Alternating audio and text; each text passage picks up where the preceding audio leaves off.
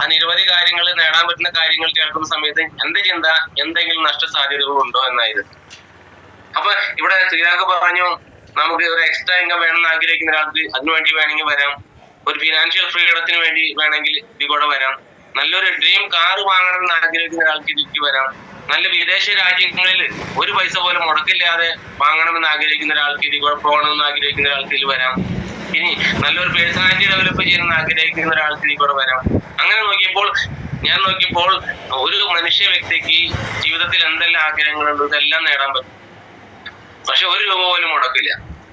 ഞാൻ ആദ്യം ഈ പ്രോജക്റ്റിനെ കുറിച്ച് കേൾക്കുന്ന സമയത്ത് ഇതൊന്നും നേടാൻ പറ്റും എന്ന് വിചാരിച്ചു വന്ന ഒരാളല്ല.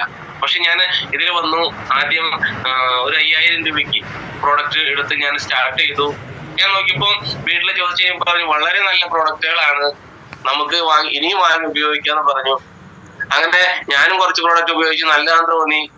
ആ മാസം കഴിഞ്ഞൊരു 10-ാം തീയതി പിറ്റത്തെ മാസം എന്റെ അക്കൗണ്ടിൽ ഒരു 153 രൂപ ഇൻകം വന്നു. ഞാൻ ഏകദേശം എത്രയോ വർഷങ്ങൾ പല സൂപ്പർ മാർക്കറ്റുകളിൽ നിന്നും പല റീറ്റെയിൽ ഷോപ്പുകളിൽ നിന്നും നിരവധി ഉൽപ്പന്നങ്ങൾ വാങ്ങി ഉപയോഗിച്ചിട്ടുണ്ട്. പക്ഷെ ഒരു രൂപ പോലും എന്റെ അക്കൗണ്ടിൽ ആരും തിരിച്ചു തന്നിട്ടില്ല. പക്ഷെ അവിടെ എനിക്ക് അട്രാക്ഷൻ തോന്നി. ഇത് കഴിഞ്ഞു ഞാൻ എന്റെ വേണ്ടപ്പെട്ട കുറച്ച് ആളുകളുടെ അടുത്ത് പറഞ്ഞു. അവരും കുറച്ച് പ്രോഡക്റ്റ് വാങ്ങി. പിറ്റത്തെ മാസം എനിക്ക് ഒരു ഏകദേശം ഒരു 1800 രൂപയോളം കിട്ടി. അങ്ങനെ ഞാനൊരു ചെറിയ നെറ്റ്വർക്ക് ബിൽഡ് ചെയ്ത് പാർട്ട് ടൈം ആയിട്ട് തന്നെ ഏകദേശം 6-ാമത്തെ മാസം ഇതിൽ ശ്രീരാഗ് പറഞ്ഞ സ്റ്റാർ ഡയറക്ട് എന്നുള്ള ലെവലിൽ അച്ചീവ് ചെയ്യാനായിട്ട് സാധിച്ചു. 6-ാമത്തെ മാസം 57,000 രൂപ ഇങ്ങനത്തേക്ക് എത്താൻ സാധിച്ചു. അന്ന് എനിക്കൊരു കാർ ഫണ്ട് സ്റ്റാർട്ട് ചെയ്തു. ഞാൻ ഇതിൽ വരുന്ന സമയത്ത് ഞാൻ നേരത്തെ പറഞ്ഞു, വലിയ അച്ചീവ്മെന്റ്സ് ഒന്നും ഉണ്ടാക്കാൻ വന്ന ഒരാളല്ല.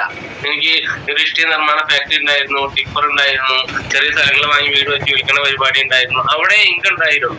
പക്ഷെ ഇതിൽ എന്നെ ഏറ്റവും അട്രാക്ട് ചെയ്തൊരു പോയിന്റ് എന്ന് വെച്ച് കഴിഞ്ഞാൽ എന്റെ ആബ്സെൻസിലും ഇതിൽ കൂടെ വരുമാനം നേടാൻ എനിക്ക് സാധിക്കും.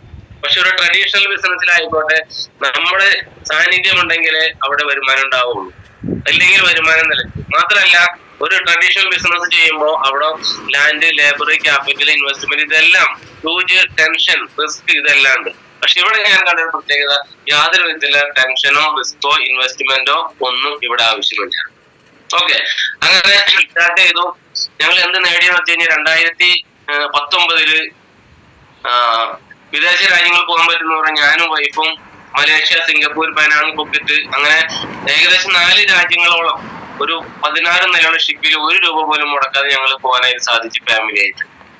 2020 ഫോർഡ് എക്കോസ്പോർട്ട് എന്നുള്ള കാർ വാങ്ങിച്ചു, സ്ഥലം വാങ്ങിച്ചു. അങ്ങനെ കാറ് വാങ്ങാനും ടൂറ് പോകാനും അന്ന് വിശ്വസിക്കാൻ പറ്റിയില്ലെങ്കിൽ പിന്നീട് അത് അച്ചീവ് ചെയ്യാനായിട്ട് സാധിച്ചു.